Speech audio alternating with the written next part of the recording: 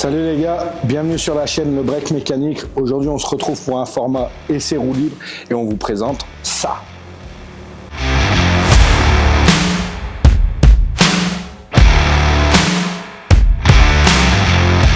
Alors ça, qu'est-ce que c'est?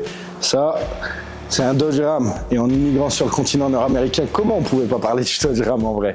Alors le Dodge Ram c'est quoi?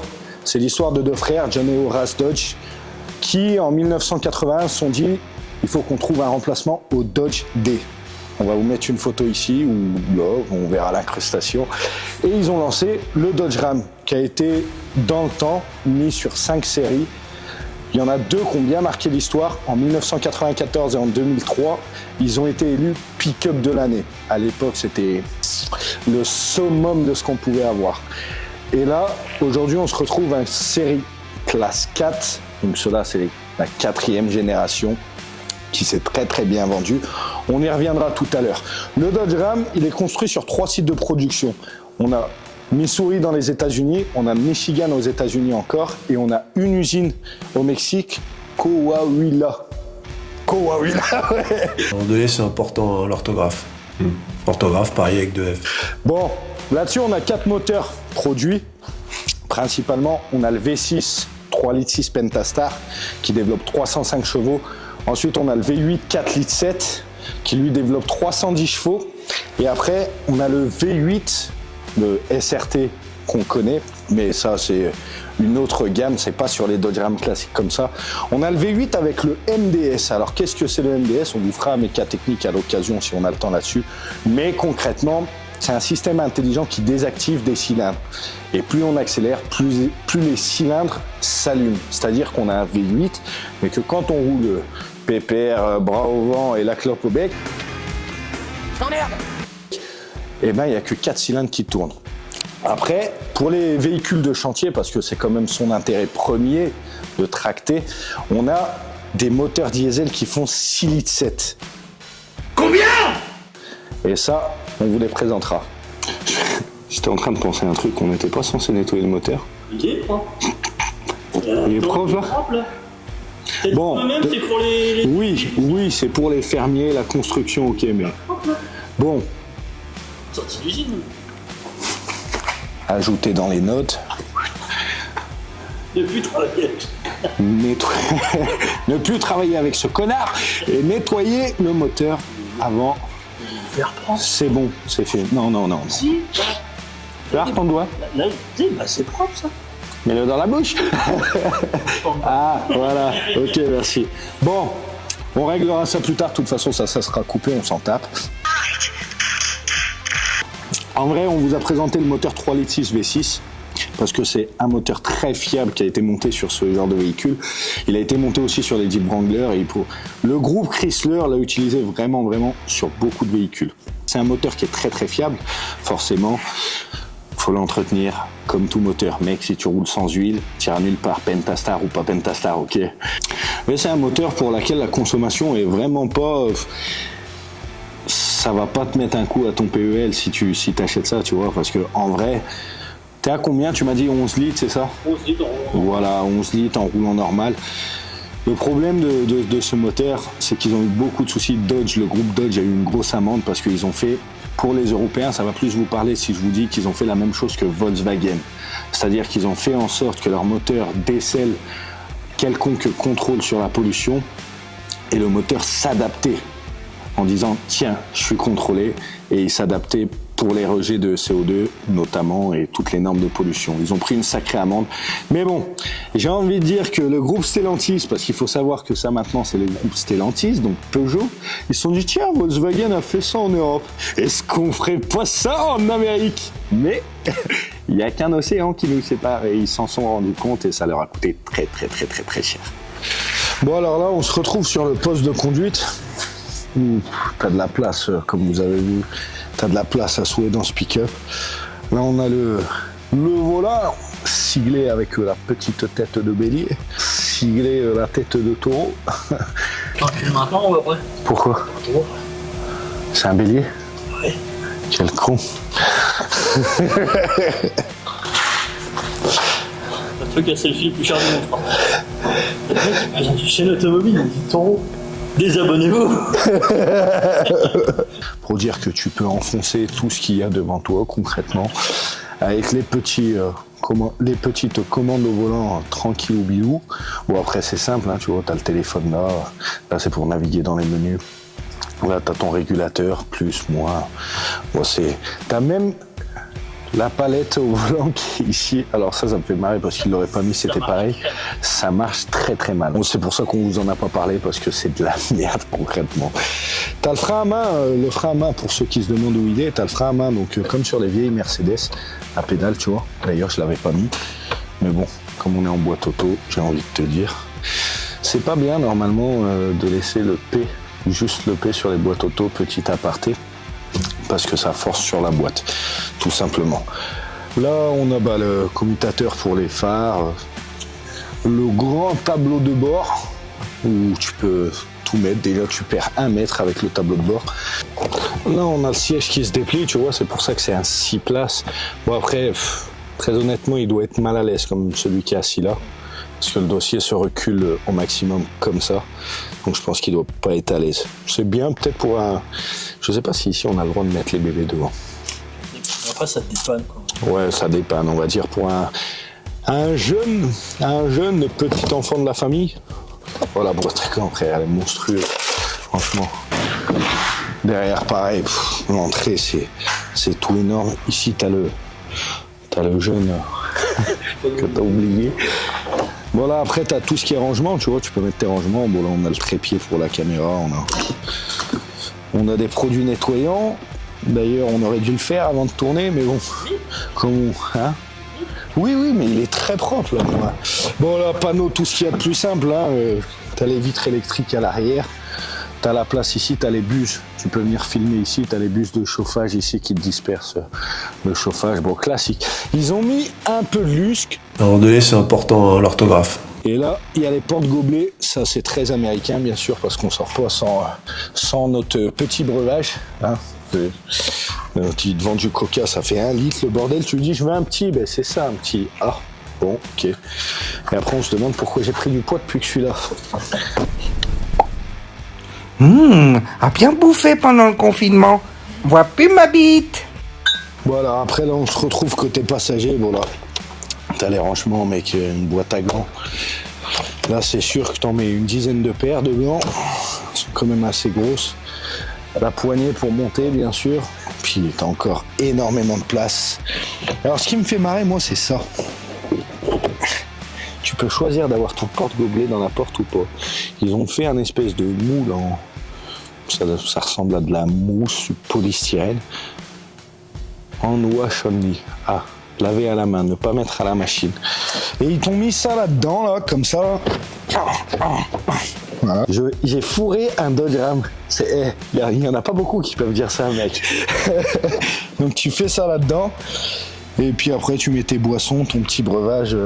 Par contre, au prix où ils nous vendent ça, ils auraient pu en mettre un à gauche, puis ils auraient pu mettre la petite lumière, tu vois. Parce que là-bas, c'est vrai que j'ai pas montré, mais là-bas, ben, le conducteur, de toute façon, le mec qui conduit un Dodge Ram ne se recoiffe pas. Il n'a rien à foutre.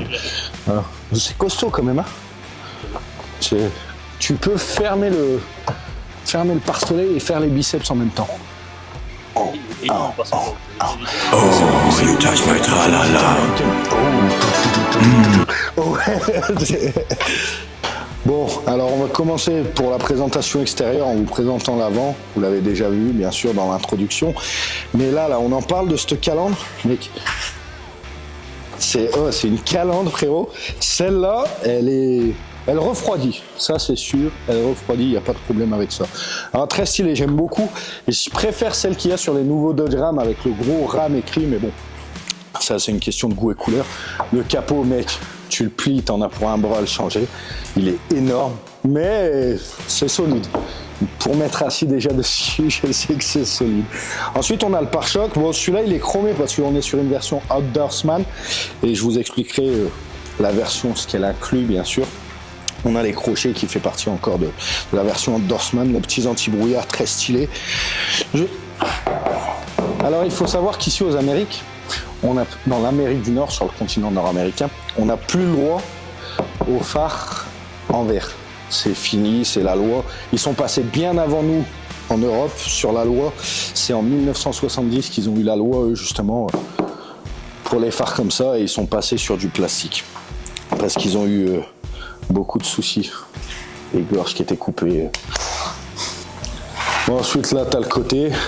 Les ailes, c'est pareil, mec. Tous les éléments, en fait, faut être carrossier pour avoir une caisse comme ça, parce que tu rayes un élément, mec, t'es obligé de vendre un pour le repeindre. Surtout ici, ça coûte cher. Quand en Europe, on me disait 150 balles l'élément de peinture, je me plaignais.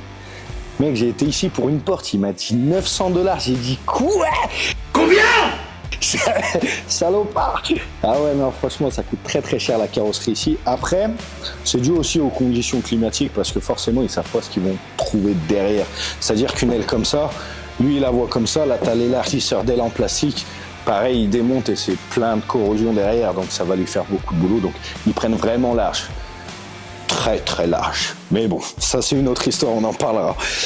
Ensuite, alors oui, je voulais venir sur ce sujet-là.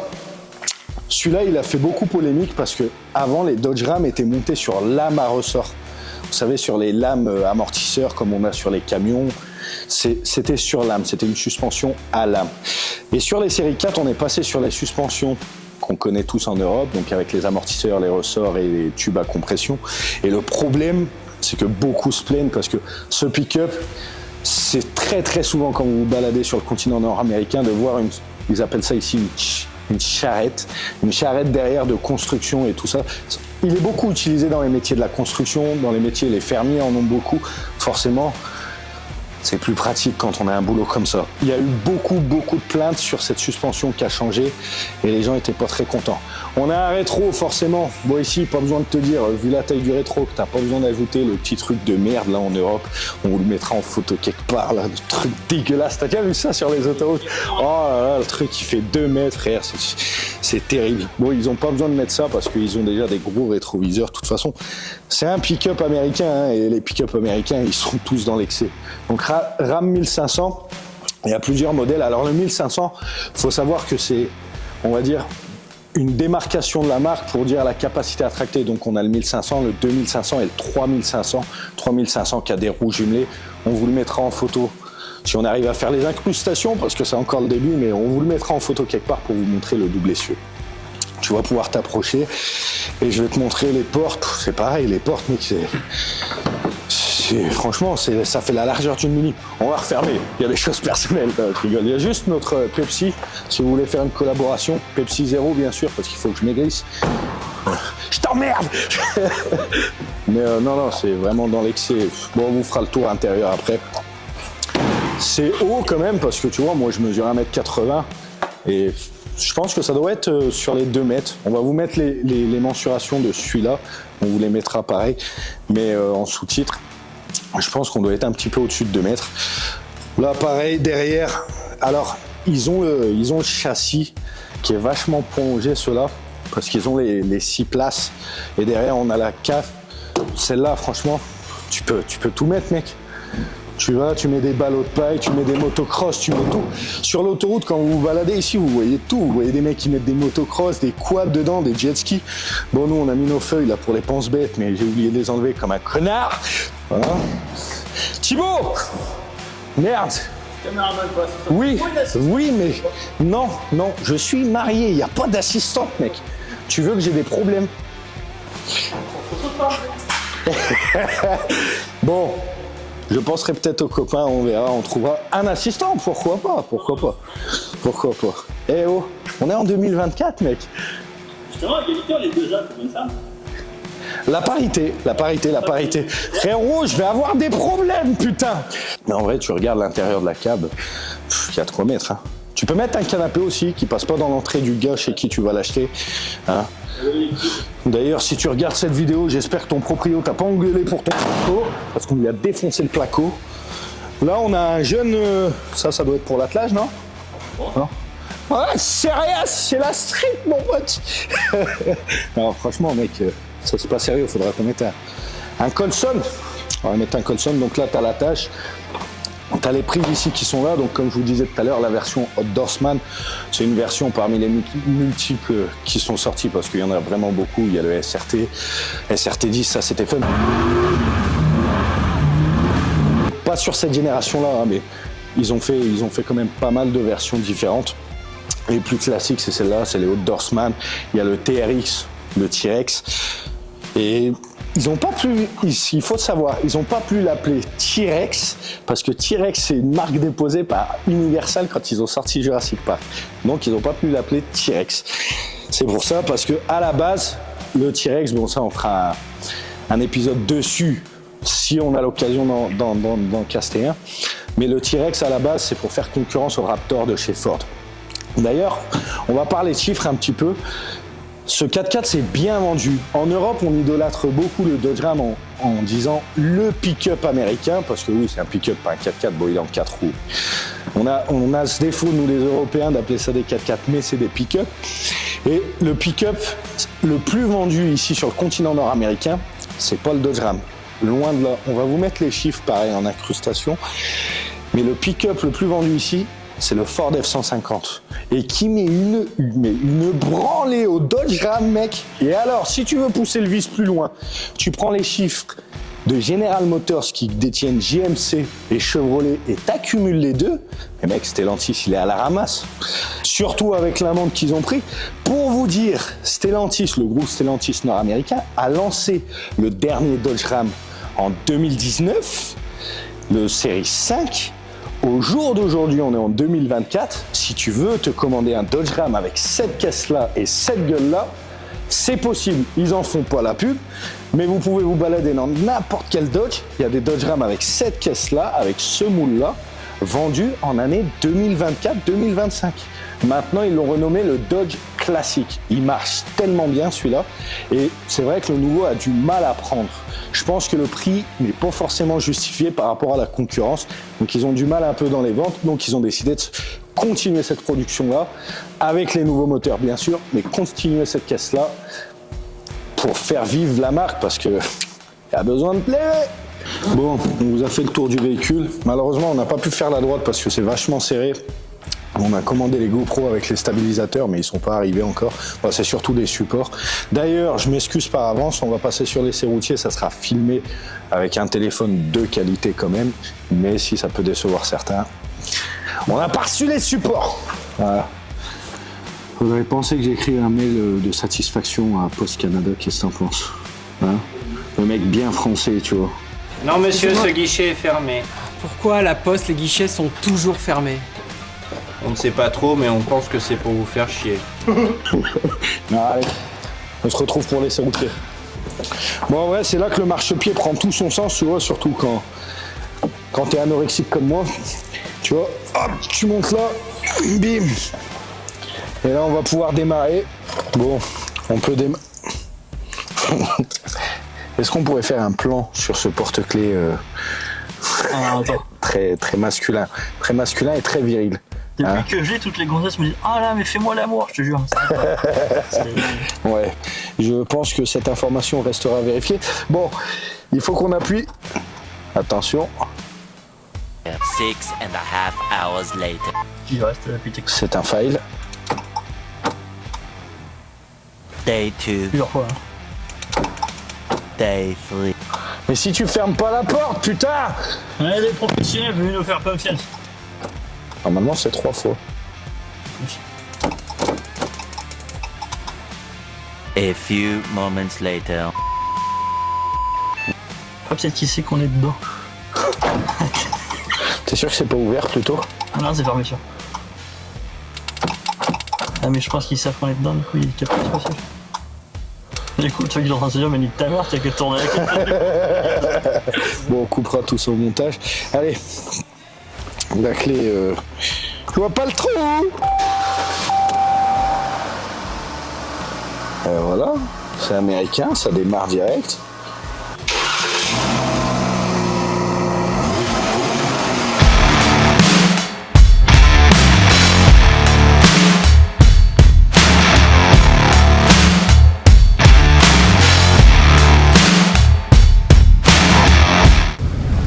T'as la voiture qui berce comme un bébé là. Putain, les suspensions, parlons-en d'ailleurs.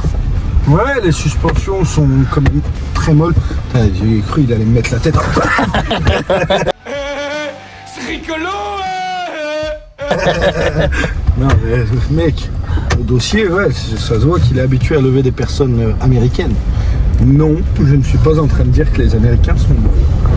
Le ressenti, la suspension, elle est vachement souple, c'est vachement bateau en fait. Hein. C'est sûr qu'on n'est pas sur un pick-up de franchissement. Les Européens vont se dire, ouais, faut un 3 litres 6 parce que le plus gros moteur qu'ils ont, c'est le 4 litres 4, 4 litres 5. Mais ici, un 3 litres 6, il faut bien se dire que c'est un moteur standard. Ils mettent ça dans les Wrangler, ils mettent ça dans les Dodge, dans les monospaces, ils mettent ça dans tout. Ah, c'est nos 100 du choix, nous, quoi. Ouais, voilà, c'est nos 2 litres HDI à nous. Le 3 litres 6, c'est correct. Et quand tu accélères, tu vois,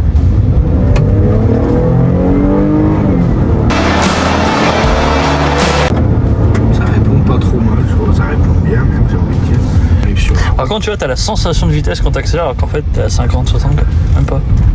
Ah bah, toujours dans la limitation, toujours dans la réglementation. Ah bah, tu vois, le bug qui fait le moteur gueule, tu sais. Ouais, il gueule alors que ça avance pas, mais on était à 30 km/h. Ouais, 30, 40, c'est ça, c'est des trucs qui gueulent de ouf, quoi. Non, ça se conduit bien, c'est une bonne familiale. Ça peut être une bonne familiale, comme ça peut être... C'est là-dessus qu'ils ont misé de toute façon et qu'ils ont vraiment eu ce succès au niveau des ventes. Parce que bon, on parlait tout à l'heure que le Ford F-150 était devant le GMC et le Chevrolet aussi si on les regroupait. Mais c'est quand même un 4x4 qui est vendu à plus de 2 millions d'exemplaires. Donc c'est un très bon 4x4. C'est des scores de malade hein, côté marketing. Après, c'est surtout sur sa polyvalence parce que ça, bah déjà, il y a tous les Français qui migrent en Amérique du Nord qui s'achètent un Dodge Ram. Putain, j'avoue, au dépôt, il y en a combien qui ont un Dodge Ram? Il y en a combien? Nous, sur les travailleurs français qu'on a, ils ont tous des Dodge Ram. Ouais. On idolâtre ça. Pour nous, c'est la voiture. Après, même ici, hein, en Amérique du Nord, c'est la voiture du bon père de famille, voilà, qui gagne correctement sa vie et qui se fait plaisir. Et du coup, je pense que c'est là-dessus qu'ils ont misé, c'était vraiment leur board au niveau du marketing, c'est qu'elle soit polyvalente et elle le fait très bien parce que tu peux tout faire avec. Par exemple, la version Outdoorsman, c'est une version qui était destinée aux chasseurs, aux pêcheurs, tout ça. Outdoorsman en anglais, on a dit que ça voulait dire homme de dehors. Homme de dehors, voilà. Donc c'est homme de l'extérieur. Donc c'est vraiment pour tout ce qui est pêcheurs, chasseurs, les mecs qui aiment bien la randonnée, un peu le trail et tout ça. Et c'est une version qui est conçue pour toucher cette clientèle. Le TRX, le T-Rex, c'est clairement pour celui qui a besoin de compenser quelque chose. Petite Mustang phase 1. Cap. Avant, non, surtout avant en ce moment. Non, mais bon, c'est la phase que personne n'aime. Alors au niveau conso, là on est à combien là? On va regarder, donc tu vois, t'as les petits boutons, ça va bien aussi. Niveau conso, tu vois, bon là on est à 12,9, mais parce qu'on a tiré un peu dedans, ouais. Mais on est plus sur du, ouais, entre 11 et 13, ça dépend comment tu conduis. Joli syndrome. Mais je pense que c'est pas un 4x4 qui financièrement peut te mettre dans la merde, parce que c'est sûr que les gens qui vont regarder cette vidéo, ça sera des potentiels acheteurs et ils veulent en savoir plus. Je pense qu'économiquement parlant, ça se trouve sur le continent nord-américain, une version comme celui-ci, ça se trouve entre 25 et 35. Ça dépend des options, ça dépend du kilométrage, ça varie bien sûr, selon la couleur et tout ce qui va avec. Mais entre 25 et 35, on en trouve un très propre. Celui-là, tu l'as eu, il avait 25 000, ouais, c'est ça. 90 000, tu l'as eu pour 25. Tout compris, taxe voilà, comprise. Tout compris, taxe comprise, carte grise comprise. Tout compris, ouais. Alors ici, c'est pas des cartes grises, c'est comme des fiches d'identification. Nous, on dira carte grise pour le public européen, mais on explique pour le public québécois. Voilà, c'est les fiches d'identification que la SAC vous détient. Je pense que ouais, financièrement parlant, c'est pas quelque chose qui doit vraiment te mettre dans la merde, parce que le 3 litres 6 V6 Pentastar, comme il a été monté sur énormément de moteurs, t'as de la pièce de rechange à balles, t'en as partout. Alors c'est sûr que sur le continent européen, ça serait compliqué à trouver des pièces d'occasion, mais sans vouloir faire de pub à qui que ce soit ou quoi, mais je sais qu'il y a le site Rock Auto pour les spécialistes américaines, où tu peux commander des choses. Puis le 3 litres 6 V6 Pentastar existe aussi en Europe, donc ça se trouve quand même vachement bien. La mécanique se fait bien, ça on n'en parle pas assez souvent. La mécanique américaine est quand même beaucoup plus accessible et beaucoup plus, je dirais pas facile, parce qu'en soi un moteur reste un moteur. Ça, je vous laisse aller checker le méca technique sur le turbo ou le compresseur, où on parle un peu du moteur. mais c'est plus facile d'accès, il y a quand même plus de place. Vous l'avez vu dans la coupe vidéo qu'on a fait sur le moteur, il y a plus de place pour travailler. Bon, j'avoue que c'est pas optimal sur le Dodge Ram parce que tu as la hauteur du capot qui arrive à ton torse. Forcément, pour aller mettre les mains dedans, ça demande un escabeau. Mais ça se fait bien, ça se fait bien. Quelqu'un qui bricole un peu peut faire sa mécanique lui-même sur un Dodge Ram sans problème. Le mec qui a l'habitude de faire ses vidanges sur sa 307, et je pense qu'il le fait sur un Dodge Ram sans gros soucis. Donc voilà, très clairement, financièrement parlant, si vous achetez ça, c'est pas ça qui va vous mettre... Il faut quand même un certain niveau de vie, c'est sûr. Mec, si t'es au SMIC et que tu me dis je vais m'acheter un Dodge Ram, faut revoir ses priorités. Ouais, même ici, on n'est pas là pour juger personne, tu vois, mais bon, je pense qu'il faut quand même vivre avec ses moyens. C'est une voiture qui va demander un petit peu d'investissement et un petit peu d'argent pour l'entretien. Ne serait-ce que les pneus, hein, des pneus de pick-up comme ça, quand tu changes les cadres, bah, ça fait mal. Et oui, il faut changer les cadres quand c'est du 4 roues motrices. Alors c'est là que je voulais vous emmener. Les 4 roues motrices, elles sont pas permanentes sur celui-là, tu vois. Là, on est en 2 roues. On peut passer avec les locks en 4 roues lockées ou en lot. Donc ça c'est pas mal. Bon après comme je vous dis, pour le franchissement, ça c'est limite, c'est vraiment pas fait pour ça. Ça peut s'y prêter pour aller jouer dans les bois et tout, mais c'est pas fait pour ça. Le Wrangler derrière nous, lui peut... Tiens attends, je vais t'ouvrir la fenêtre. Tu vois la rétro-auto, je t'avais dit. La fenêtre. Ah oui, c'est regarde, vrai. elle sert à ça la fenêtre. Ah mais du coup on va avoir le téléphone La portable. fenêtre. Ah attends, comment ça Mais là on me voit moi. Ah bah ouais, c'est ça. Bon bref. Faut que tu retournes, putain. Ah ouais, c'est vrai, putain, Ico. Encore. Tu vois, quand tu ouvres la fenêtre comme ça, là, ça va bien. Là, on est sur les routes nord-américaines, mais c'est quand même un gros bébé. Hein, c'est large, c'est haut, c'est long. Honnêtement, t'es dans le trafic parisien, tu veux trouver une place dans Paris. Oh, t'es mort. Bon courage, si t'as pas de parking privé ou t'as la place qui s'y prête, ouais, très bon courage. Les véhicules sont clairement adaptés. C'est plutôt les routes qui seraient adaptées aux véhicules du coup, parce qu'ici le pick-up, dans ce sens-là, ça va mieux, t'as vu. Ouais, c'est vrai, c'est vrai. Mais, c'est pour ça que c'est toi qui présente. Mais oui, les routes sont vraiment adaptées. Regarde, tu vois, là, on est encore au milieu. Il y a de la place à droite, il y a de la place à gauche. Regarde, t'as une voiture lambda en face, en vrai, t'en mets 2 hein, si tu veux. Ouais. C'est agréable, la boîte se comporte bien. Alors, c'est pareil, on n'est pas sur une hyper sportive, on est sur un pick-up, on va se répéter encore, mais c'est pas sa fonction première. Je veux dire, on n'est pas là pour rechercher la perf. C'est sûr que tu prends le SRT. Chez nous, ici, on a des courses de côte où il y a des pick-up qui tirent des charges avec des camions et tout. Les mecs, ils partent, ça marche aussi fort. Au décollage, ça marche aussi fort qu'un Golf 7R ou qu'un Golf 8R.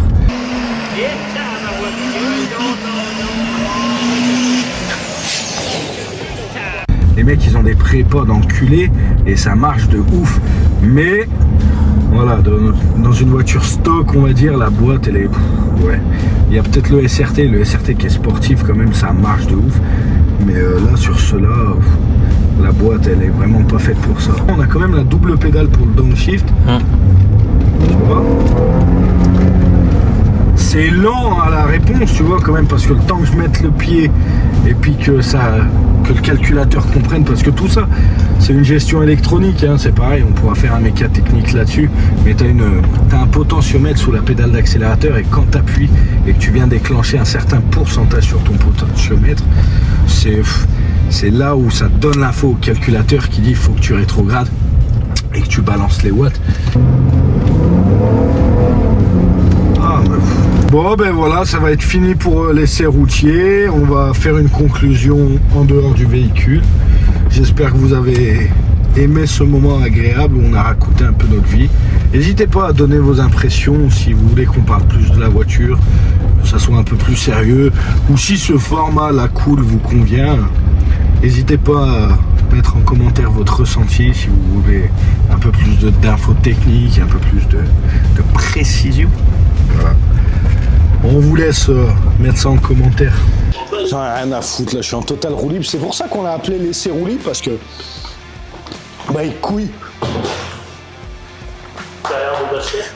Les Toronto Raptors, vous m'appelez quand vous voulez. En vrai, je suis une bite. J'arriverai même pas à faire 2 allers-retours du terrain sans cracher mes poumons, donc en vrai. Bon, on vient sur la conclusion. la conclusion, un Dodge Ram, bon, c'est fun, c'est polyvalent, c'est pas excessivement cher, c'est quand même une voiture où il faut prévoir un budget, on est sûr, on n'est pas sur une 206, mais c'est une voiture qui peut se prêter à tout ce qu'on fait au quotidien, les courses, les vacances, un peu de travaux dans la maison et tout ça. Pour moi, j'adore ce pick-up, j'aime beaucoup. Je suis plus team GMC, mais ça on en présentera un au fur et à mesure de la chaîne. Vous verrez que le GMC est quand même plus avancé technologiquement, j'adore. Et puis il a une meilleure que je trouve. Après ça reste que mon avis personnel. Vous avez le droit d'aimer les Dodge Ram. J'aime aussi les Dodge Ram. C'est une voiture polyvalente avec un moteur qui se prête à tout. Autant aller en vacances, chiller sur l'autoroute, avoir un peu de gouache s'il faut faire de la montée ou de la descente. Qui peut tracter. C'est un couteau suisse. Un couteau suisse américain au format américain. Voilà ce que c'est. Bon, on arrive sur la fin de la vidéo. Je vous laisserai mettre en commentaire s'il y a des choses qui ne vous plaisent pas, s'il y a des choses qui vous plaisent plus, sur des choses sur lesquelles vous préférez qu'on mette plus l'accès, des données techniques ou moins de conneries ou plus de conneries encore. Ça, je sais faire. Ah, mais voilà, on arrive sur la fin de ce format-là. Il faut bien prendre en compte que c'est les premières vidéos, qu'il y aura sûrement des choses à perfectionner. Moi, d'habitude, je suis pas très à l'aise devant une caméra. Donc, on essaye petit à petit. L'idée, c'est de vous parler sans filtre. Ça, vous allez vite vous en rendre compte de toute façon. Voilà, on remercie encore les Transport Mat de nous avoir prêté les locaux pour le tournage. Alors, bien sûr, Transport Mat, société de transport, principalement de bois. On vous invite, si vous êtes chauffeur poids lourd en Europe ou même si vous êtes présentement au Québec et que vous êtes intéressé par un poste, actuellement les Transport Mat recrutent. On vous mettra l'adresse mail pour contacter au cas où si vous êtes intéressé par un poste. On cherche des mécaniciens, on cherche des chauffeurs. Il y a de l'ouvrage, il y a du travail, vous l'aurez bien compris. Mais je m'adresse aussi aux Européens qui auraient dans l'idée de venir immigrer et de faire ce joli voyage qui est de venir ici au Canada. Il y a des opportunités chez les Transport Mat.